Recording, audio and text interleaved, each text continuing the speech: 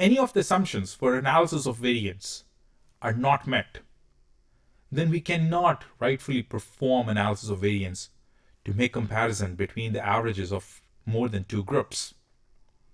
In that situation, the resort is to perform non-parametric tests.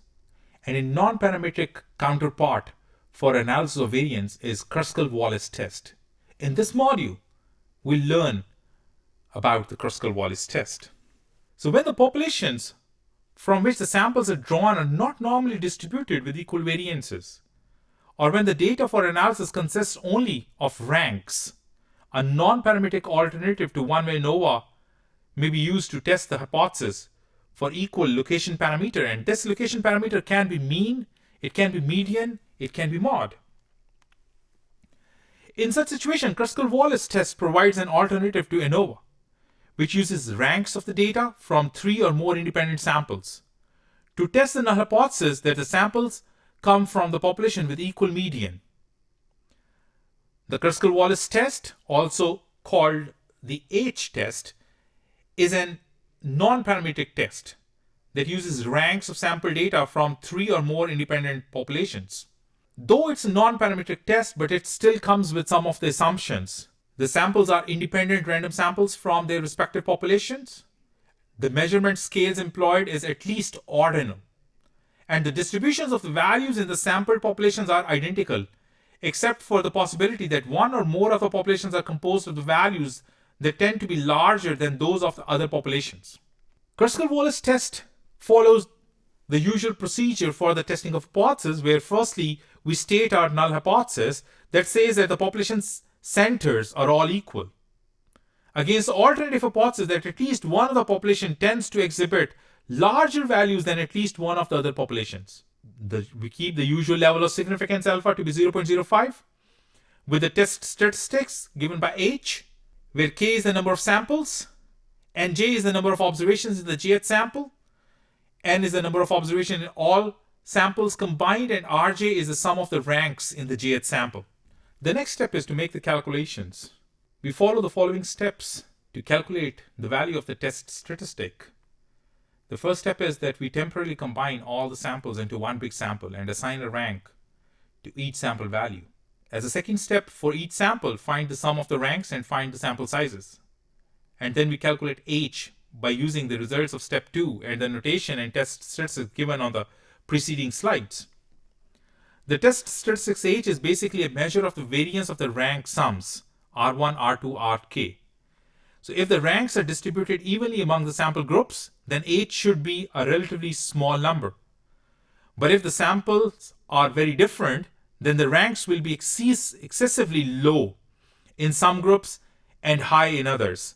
So with the net effect that H will be large. We use the follow the regular decision rule, which may use the critical value approach and the p-value approach. In the critical value approach, we use the critical values of H for various sample sizes, and alpha levels are given in table N in the next slide, and the p-value approach, where the null hypothesis will be rejected if the computed value of the H is so large that the probability of obtaining a value that large or larger when it is true is equal to or less than the chosen significance level alpha, that is 0.05 in most of the cases. And finally, we write down our conclusion. Here are the table N, where we have the sample sizes N1, N2, N3, and the critical values and alpha values, and we calculate the critical value right from here. And we compare these critical values with our H value that we compute to make our decision. The table N can only be used when we have the 3 groups and our observations in each group are less than 5 or less than 5. But if the sample sizes are more than 5 or the number of groups are more than 3, then we may not be able to use table N. Then we use the approximation of the H test. So in that case, when there are more than 5 observations in one or more of the samples, H is compared with tabulated value of chi-square with k-1 degrees of freedom. One of the drawback of Kruskal Wallis test is a deficiency of this test, which is the fact that it uses only small amounts of information that's available. The test uses only information as to whether or not the observations are above or below a single number, the medians of a combined values. So the test does not directly use measurements of known quantity. Hence, it is based only on that where the value belongs as it gives the ranks. So several non-parametric analogs to analysis of variance are available that use more information by taking into account the magnitude of each observation relative to the magnitude of every other observations. Perhaps the best known of these procedures is Kruskal Wallis one-way analysis of variance by ranks. But certainly there are other alternatives available.